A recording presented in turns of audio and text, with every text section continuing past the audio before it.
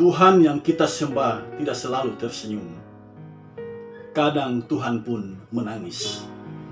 Jika kita mau menangis, menangislah, sebab Tuhan kita pernah menangis.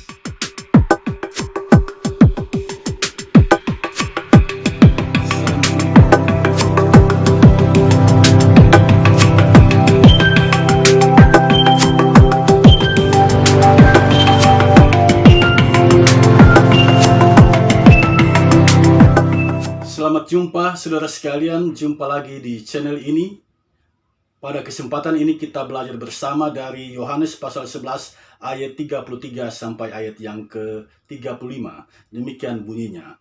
Ketika Yesus melihat Maria menangis dan juga orang-orang Yahudi yang datang bersama-sama dia, maka masgulah hatinya, ia sangat terharu dan berkata, "Di manakah dia kamu baringkan?" Jawab mereka, "Tuhan, marilah dan lihatlah." Maka menangislah Yesus. Yang menjadi dasar perenungan kita saat ini ayat 35 yang berbunyi, maka menangislah Yesus. Saudara sekalian, manusia itu diciptakan Tuhan dengan akal budi dan juga perasaan. Melalui akal budinya, manusia dapat menganalisis banyak hal, manusia dapat memikirkan banyak hal, dan dengan perasaannya, manusia dapat merasakan banyak hal, manusia dapat memahami banyak hal. Di sisi kubur Lazarus, kita melihat bagaimana Yesus meneteskan air mata, bagaimana Yesus menangis di samping kubur sahabatnya itu. Ini tentu sesuatu yang menarik perhatian kita. Pertanyaan kita sekarang adalah, bagaimana ekspresi tangisan Yesus? Seperti apa Yesus menangis di samping kubur sahabatnya itu? Sebelum kita mengulas lebih jauh tentang hal itu, hal yang pertama-tama yang harus kita tanyakan adalah, mengapa Yesus menangis? Dari bacaan kita saat ini, kita menemukan ada 3 hal yang membuat Yesus menangis. Yang pertama, Yesus melihat sahabatnya, orang yang selama ini dekat dengan dia, yaitu Lazarus, meninggal dunia. Yang kedua, Yesus melihat saudara Lazarus, Maria dan Marta, meneteskan air mata. Yang ketiga, Yesus melihat orang-orang Yahudi yang menyertai Maria dan Marta juga menangis. Karena 3 hal inilah Yesus menangis.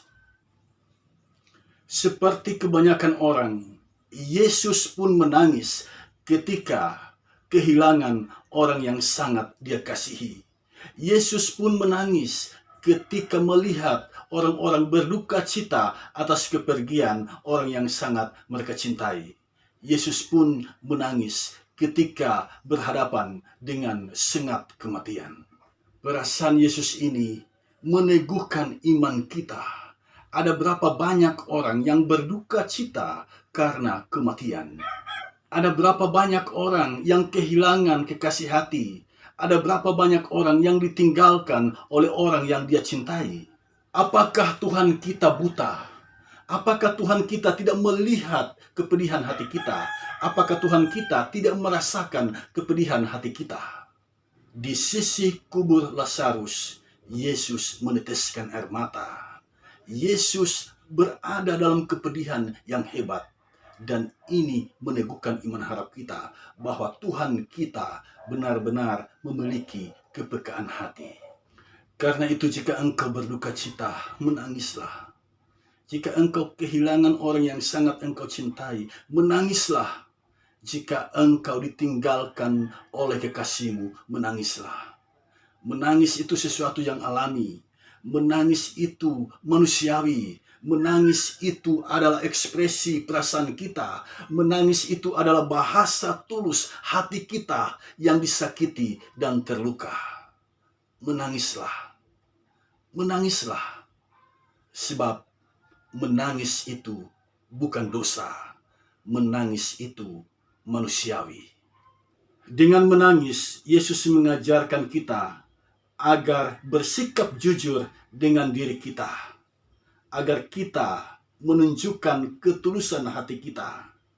Jangan sok kuat dan mengatakan, "Aku tidak apa-apa." Tuhan Yesus saja menangis. Yesus tulus dengan hatinya, jujur dengan hatinya. Kejujuran dan ketulusan itu adalah sifatnya Tuhan. Dan Tuhan menginginkan engkau berlaku tulus dengan hatimu. Nah, jika Yesus menangis, bagaimana ekspresi tangisan Yesus? Apakah dia meraung-raung? Apakah dia merengek-rengek seperti anak kecil? Apakah seperti itu? Ataukah dia menangis dalam hati, menangis dalam diam? Itu yang akan kita gali melalui kesempatan ini. Di dalam Yohanes 11 ayat 35 di sini tertulis, maka menangislah Yesus. Jika kita gali lebih dalam lagi di dalam Alkitab berbahasa Yunani, di sana tertulis edakrusen ho Yesus. Arti harfiah dari kalimat ini adalah maka menangislah Yesus dengan terseduh-seduh. Menangis terseduh-seduh adalah menangis hampir tidak ada suara, tetapi dalam rentang waktu yang agak lama. Bukan menangis tanpa suara, tetapi menangis hampir tidak ada suara, tetapi dalam rentang waktu yang lama. Tangisan itu muncul karena goncangan emosi di dalam hati. Itu yang terjadi pada Yesus. Orang Inggris menyebutnya weep. Hanya air mata yang terlihat di kelopak mata. Hanya air mata yang menetes, tetapi suaranya hampir tidak terdengar. Itu yang terjadi pada Yesus. Yesus menangis dalam diam. Yesus hanya terlihat air matanya, tetapi suaranya hampir tidak terdengar.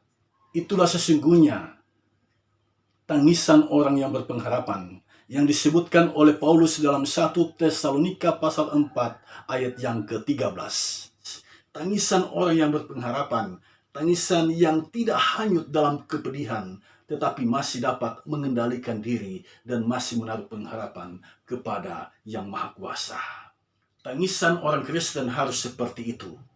Tangisan di dalam pengharapan, karena kita memiliki Tuhan yang pernah menjadi manusia dan memahami perasaan kita, memahami kondisi batin kita. Itulah Yesus, Tuhan kita. Lalu bagaimana selanjutnya? Apakah Yesus terus menangis? Apakah Yesus terus tenggelam dalam kepedihannya? Alkitab bersaksi tidak.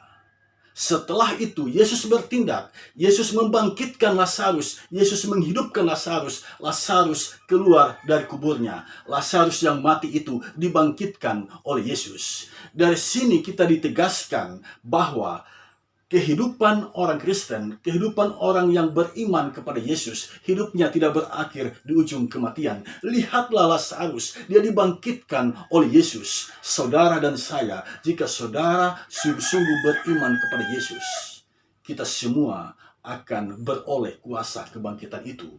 Dan Yesus mengatakan itu kepada orang banyak di zaman itu.